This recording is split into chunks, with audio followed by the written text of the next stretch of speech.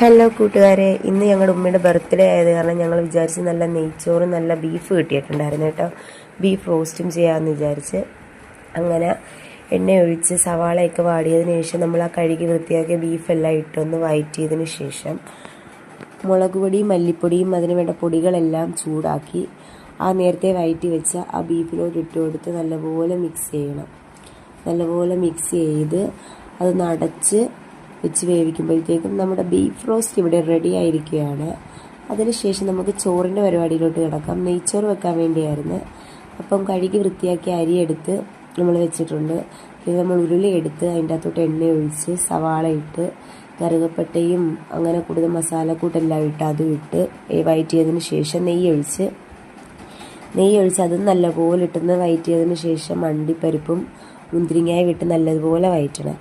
നല്ലപോലെ വഴണ്ട് വരുമ്പോഴത്തേക്കും നമ്മൾ നേരത്തെ കഴുകി വെച്ച് നമ്മുടെ അരി ഇട്ട് കൊടുക്കണം. അരിയെല്ലാം നല്ലപോലെ കുടഞ്ഞിട്ട് കൊടുത്തതിന് ശേഷം നല്ലതുപോലെ ഇളക്കി കൊടുക്കണം.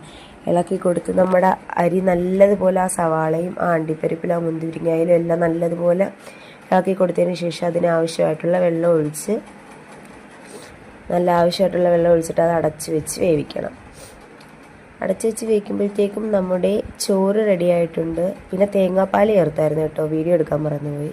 അടിപൊളി ചോറും കറിയുമായിരുന്നു. എല്ലാവരും സബ്സ്ക്രൈബ് ചെയ്യണേ. താങ്ക്